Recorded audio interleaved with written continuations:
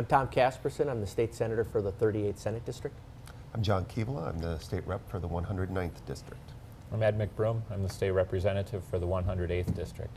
State Representative Scott Dianda for the 110. So to start, can we just give a little bit of background information on the lawsuit that just came out against the EPA for their striking down of County Road 595, and why do you support it or why don't you? Well, I think at this point there is not a lawsuit. I mean, there's rumblings that this is going to occur. I think it's the County Road Commission's task to bring this up, if that is in fact the case. And, you know, speaking for myself, but I think all of us agree that we've supported this road from its inception and will continue to do that. It's the best avenue for truck traffic, and we'll continue to support it. Casperson? Yeah, I would agree. And when you look at the history of it, as John mentioned, we've always been supportive of it, but we've also been meeting regularly last 2 years on alternative routes, trying to come up with a solution versus just running trucks through the city of Marquette. And so every time we do that, there's always a new problem that seems to arise with some of these other alternative routes. We think we're getting close in some cases, but I would have to say too that the conversation always shifts back to 595 really is the solution, which would solve even the problems, the new problems that arise by trying to come up with these other routes. So 595's never really gone away. We've been discussing this thing since the time that they were denied, and we've tried to come up with alternatives, but along the way it continues to be a struggle. So going off of the, say, county agency is suing a federal agency, so a government agency is suing another government agency. Can you speak to, is this legal? Has it been done in the past? Yeah, it's been done before.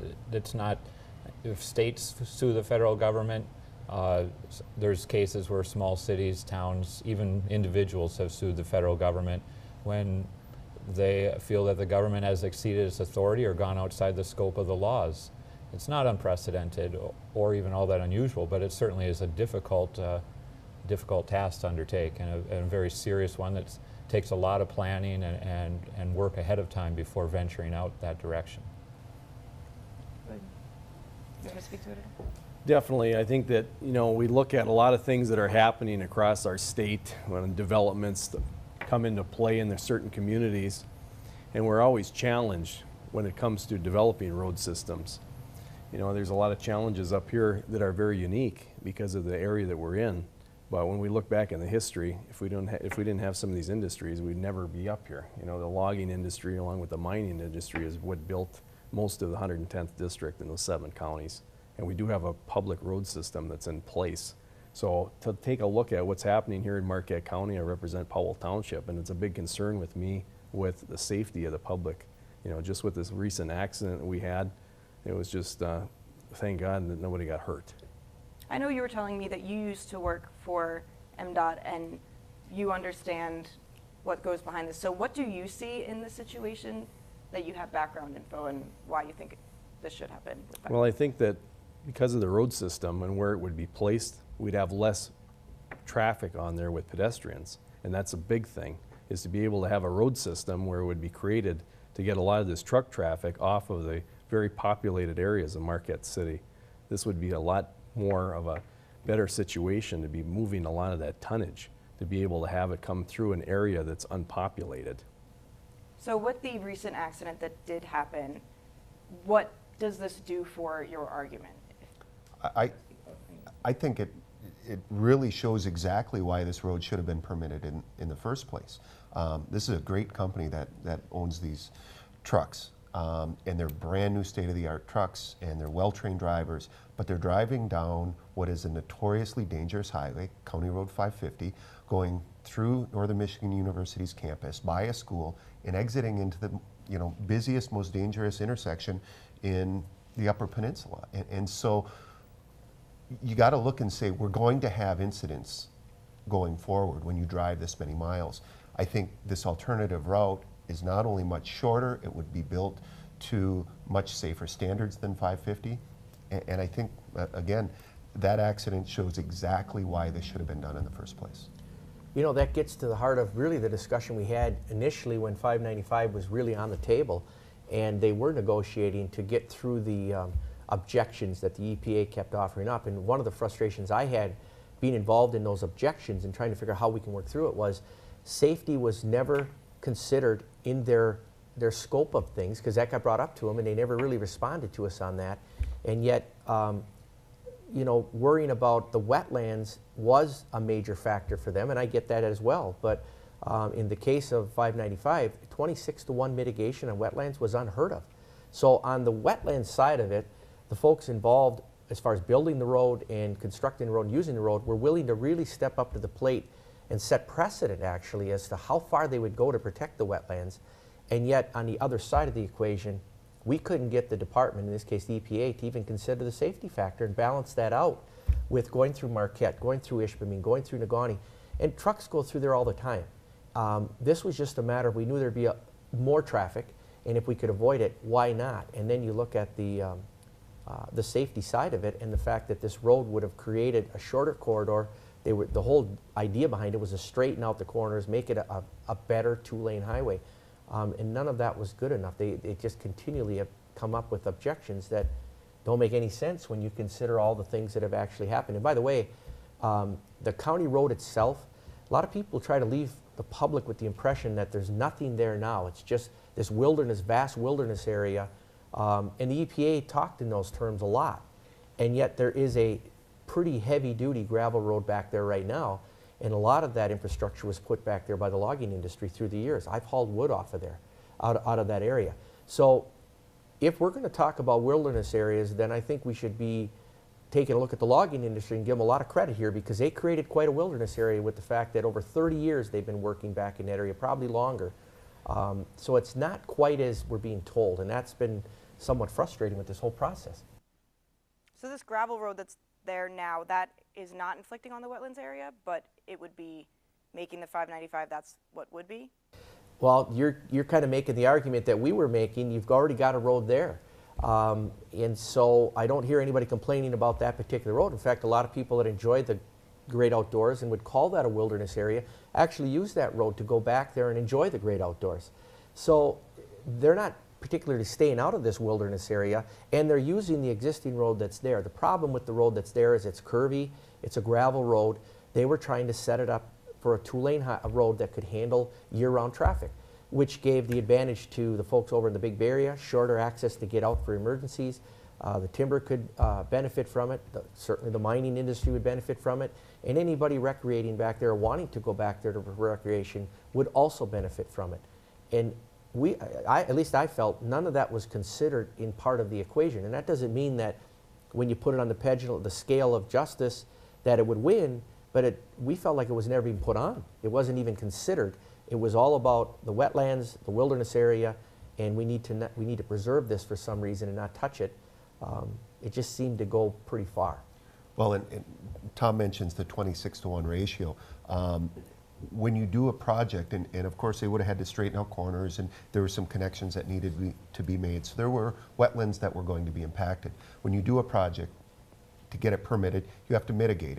If you're going to fill in an acre of wetland, you're going to be required to create another acre somewhere else, or sometimes 2-to-1 or 3-to-1, which is almost unheard of. They were up to 26-to-1, 26 acres for every acre, including a portion, I believe, adjacent to the McCormick tract, which is beautiful, beautiful property. And so the problem was they just kept moving the goalposts. And I looked at it, and I think a lot of people did, in that trying to stop the permitting of the road was going to stop the mine. And I think now we see, okay, that didn't happen. The mine is in full production right now. So I'm hoping that, being that's the case, that they are there and they're driving the trucks now, that we can make an easier argument. We'll see.